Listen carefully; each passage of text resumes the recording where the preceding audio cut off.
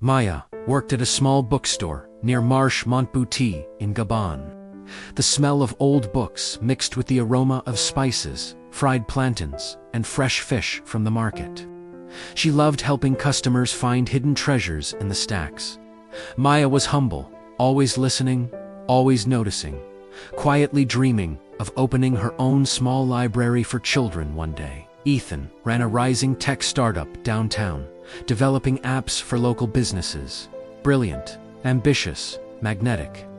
He was used to attention, used to admiration, and sometimes that admiration tipped over into arrogance. They met at a friend's beach dinner on Point Dennis. Lanterns swayed in the tropical breeze. The waves lapped softly against the sand, and the evening air smelled of salt and roasted fish. Maya, usually quiet, found herself laughing freely at Ethan's stories, swept up in his confidence. Ethan, who rarely slowed down for anyone, was captivated by Maya's warmth, the way she truly listened and made him feel understood. On their first walk along the beach, he took her hand impulsively. She froze for a moment. "You move fast, Ethan," she whispered. He smiled. "Some things are worth rushing for." She laughed softly, and for a moment the world seemed to hold its breath. For the first year, everything felt perfect. Ethan's charm impressed her friends and family. Maya's humility made her a supportive partner. She admired him quietly, offering encouragement, and he thrived on it.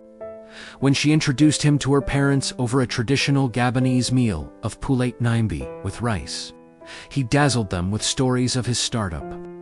Her mother, wise and observant, whispered, "Remember, my child, kindness is strength, but it must never become weakness." Maya smiled, but a small shadow of doubt flickered in her chest. At home, they laughed late into the night, sharing music, books, and dreams. Ethan loved talking about how he would change the city with technology. Maya shared stories about her dream of a community library. But even in these happy times, subtle cracks were forming. One night, Maya spent hours preparing a special dinner of grilled fish and vegetables. Ethan arrived late, distracted by calls on his phone. She smiled through her disappointment. He barely noticed the meal. She swallowed the hurt and thought, patience. Maybe tomorrow he'll notice me. By the second year, those small cracks had widened. At a friend's party, Ethan interrupted Maya repeatedly, correcting her gently in front of others. At home, he took credit for her ideas, boasting publicly, as if they were his alone. Maya smiled politely, hiding her hurt. She told herself, he's brilliant. He just doesn't realize. Family moments became tests. At a gathering with her aunt in Libreville, Ethan criticized Maya's younger sister's career in front of everyone. Her father frowned. "Ethan, respect is not optional," he said firmly. Ethan shrugged. "I'm just honest," he replied, oblivious. Maya felt torn between love for him and loyalty to her family. Walking home that evening, along the coast, Maya said softly, "You don't see me, Ethan, or maybe you just don't care." He shrugged, smiling faintly. "I see you. I just think you worry too much." Silence fell between them, heavy, unspoken. By the third year, the tension had grown unbearable.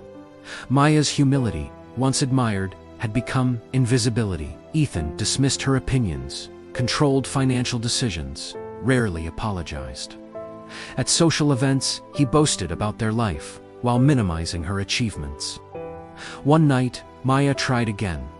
She prepared a small dinner to reconnect, cooking poulet nimbi herself.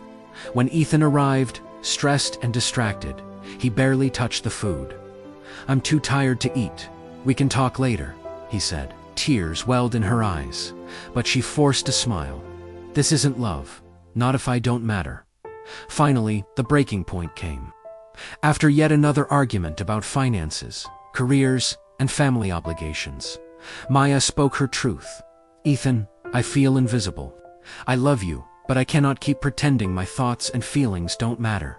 Ethan's voice rose, invisible. "I provide for you. You should be grateful." Maya shook her head. Her voice trembled but held strength. Gratitude isn't enough. Respect is. Listening is. Love without that suffocates me. That night, she called her mother. You were right, Mama. Humility is strength. But even a tree needs sunlight. I've been in the shade too long. The divorce was inevitable. Ethan continued his career, successful but increasingly isolated. Maya, finally free, rediscovered her voice and her dreams. She opened a small community library near Marche-Montbout, bringing children access to books, imagination, and hope. At the final signing of the divorce papers, her father hugged her tightly. You stayed true to yourself. That is the greatest strength you have. Ethan walked away alone, realizing too late that his arrogance had cost him the love of someone extraordinary. This story is a cautionary tale. Humility can inspire love, patience, and loyalty, but arrogance quietly erodes it. Love requires respect, listening, valuing the other person as much as yourself. Maya learned that humility does not mean sacrificing your needs. Ethan learned, too late, that charm and confidence cannot substitute for empathy. Even in the vibrant city of Libreville, with its beaches, bustling markets, and tropical beauty, love cannot survive the gap between humility and arrogance. Reflection. As you think about the relationships in your life, ask yourself quietly, are you being humble, arrogant, or something in between? How will your choices shape the hearts around you?